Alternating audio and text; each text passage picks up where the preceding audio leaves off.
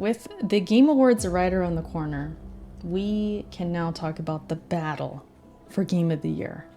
I'm sure most of us can agree, if not all of us, that it's coming down to two behemoths. We have Elden Ring on one side, and we have God of War Ragnarok on the other. And both of them sitting at a very high Metacritic. They've been reviewed well, and God of War is about 2 days away as I'm recording this, so I have not played it. But with reviewers saying that this is the sequel we deserve and our anticipation is going to be met, our expectations are going to be met, it's looking like it's going to be an amazing game. So I want to know who you think is going to win Game of the Year. Let me know in the comments section. Let's talk about these two games real quick, and I hope I can give you guys a couple things to think about.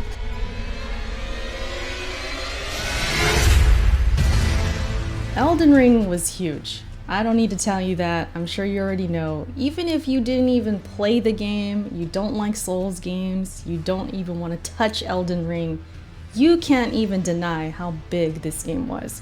When it came to the community, when it came to YouTube, look at this graph.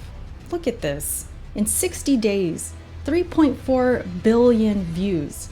And a lot of that has to do with the community coming together. As with any Souls game, we all come together and help each other out. It's the reason why we are able to write messages on the ground in Souls games. It's Miyazaki's vision. He wanted us to come together as a community and just figure things out. So there's a reason that those views are so high. I'm not surprised one bit. And because this game was the first entry for a lot of newcomers when it comes to Souls games, it makes complete sense that we just went off on YouTube. When it comes to the actual game itself, the open world, that exploration, that curiosity itch we were able to scratch just by exploring and looking around, seeing what's around that corner, seeing what's in the distance, seeing a castle and thinking, I can go there, let's do this. Even if I'm not ready, we're going. And just having that experience is not something that comes easy. So for Elden Ring to take the Souls formula and bring that into an open world and have it work this good, that says a lot. And it's probably the #1 reason Elden Ring deserves to be in the conversation for Game of the Year. It took open world and it evolved it. Don't be surprised in like 2-3 years, you're gonna see games that are gonna try and be like Elden Ring. It's gonna happen. And not to mention, Elden Ring was gorgeous. I know some people think it's not. They think it's last gen graphics. It looks the same as Dark Souls from before and all of that. But when you truly experience Elden Ring and you play it and you see all the different environments, you see the beautiful skies and the beautiful colors, it's on its own level of beauty. It's a gorgeous game. It's not a perfect game by any means. I have some gripes with it when it comes to the bosses. I made a whole video on that. You can watch it if you want. It wasn't perfect. It's not a 10 out of 10, but it's close in a lot of areas. What it does well is enough for it to be in the talk for Game of the Year. When it comes to this year and what it's up against, Elden Ring, it's in there, man. It's gotta be. And then we have God of War Ragnarok. I can't wait to play it. And if it's anything like 2018, but better in many ways, then I can see that 94 being justified. I really could. I loved 2018. You know, Kratos over here, he's got his strength that he embodies, you know, he's got his muscles, he's got his dad qualities. He's out here being a whole dilf.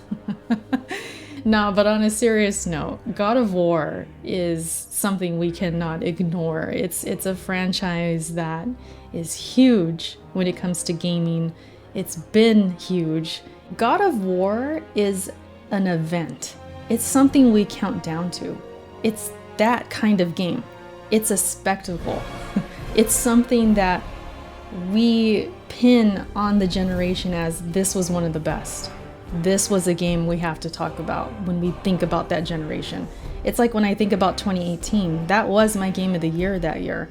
It's a game I have in my top 10 maybe top 5 for the generation. And I feel like this sequel could easily be in that kind of category as well. So yeah, God of War is just so important. It's such a thing that we cannot deny.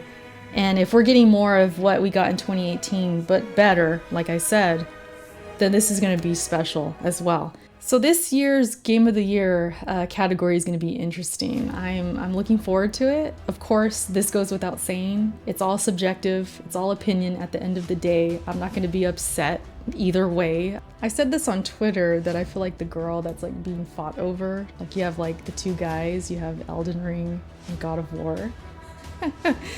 And they're fighting over me, and on the outside I'm acting all concerned like, gosh damn, like this is bad. I don't deserve this. Like this is really concerning. But on the inside I really love it. And it's kind of like a turn on in a way. Like, yes. No, I'm just kidding. but it does kind of feel like I am more invested in it because I love both of them, you know, and it's like, oh no, who am I gonna choose? No, but it's gonna be fun to watch. It's gonna be cool. I always enjoy streaming the Game Awards, even though it can be kind of cringy or like weird at times. It's still fun to talk about and do. So I am gonna be watching closely during this Game Awards this year. But that's all I really have to say. I hope you guys enjoyed this video. Again, let me know who you think is going to win. And any other things you want to tell me in the comment section, go for it. Thank you guys so much for watching, and I will catch you later. All right, peace.